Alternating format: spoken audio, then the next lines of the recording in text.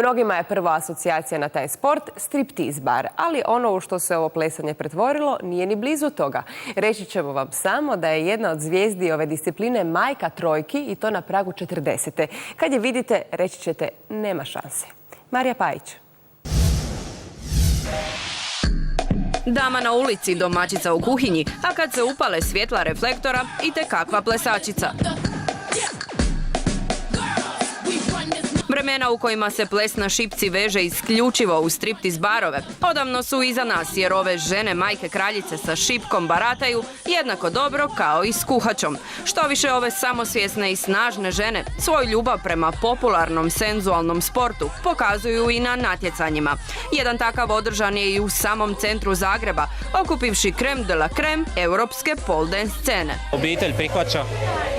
Pa kako ko? Da, malo se smješkaju, prijatelji neki podržavaju, koji prate to razumiju, pa onda i podržavaju, ostali ne znam, kako ko. Elizabeta se u ovaj sport zaljubila prije 5 godina i to isključivo zbog rekreacije, a ne kako neki misle zarade. Prije je bilo dosta neuobičajeno, znate, dobiti neki čudan nadimak, ono plesačica striptizeta, jer ljudi stvarno ne znaju o čemu se radi, natjecanja prije nije bilo u Hrvatskoj, do prije 3 godine. Tako da definitivno treba nastaviti sa prezentacijama u javnosti, ovako dokumentirati natjecanja. A kad smo kod čudnih komentara, toga u Francuskoj jednostavno nema. To zna i vlasnica pariškog plesnog studija, a ujedno i majka trojki. My friends, my husband, everyone is very supportive. They think it's beautiful and I'm glad I can do it.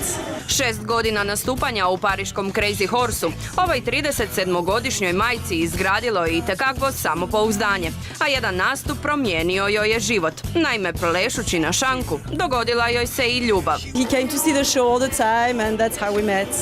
Is he here now? No, he's not here. He's with the kids now.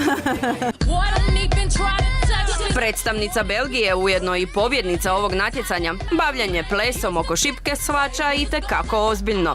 Unatoč uvriježenom mišljenju, ovaj senzualni ples nije joj pomogao pri pronalasku dečka. I'm practicing so much that I don't have time for a social life.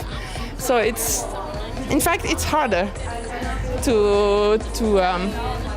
to have a regular boyfriend, but also because you spend so much time in this training that sometimes you don't have for other things, for private. Organizirati ovakav tip događaja usred lijepe naše nije mačji kašalj, pogotovo kada se radi o prvom takvom natjecanju u ovom dijelu Europe. Ali je veselje vidjeti ljude na sceni kako nastupaju, kako se trude, kako rade, kako su taj svoj trud i rad negdje pokazali i publiku koja je oduševljena. Raskošne nule na tekućem računu, zahvaljujući plesu oko šipke, u današnje vrijeme više zvuče kao znanstvena fantastika. Može li se u Srbiji zaraditi dosta novaca od ovog plesa?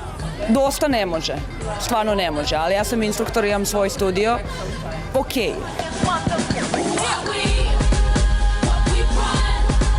Ova zabava za sve uzraste prije 10 godina sramežljivo je ušetala u hrvatske plesne centre, a danas se njome bave tisuće i tisuće cura, djevojaka, žena, pa čak i muškaraca, koji plešući oko šipke ruše razne predrasude, izgledajući jednako zanosno i zavodljivo. U Rijeci su ribe počele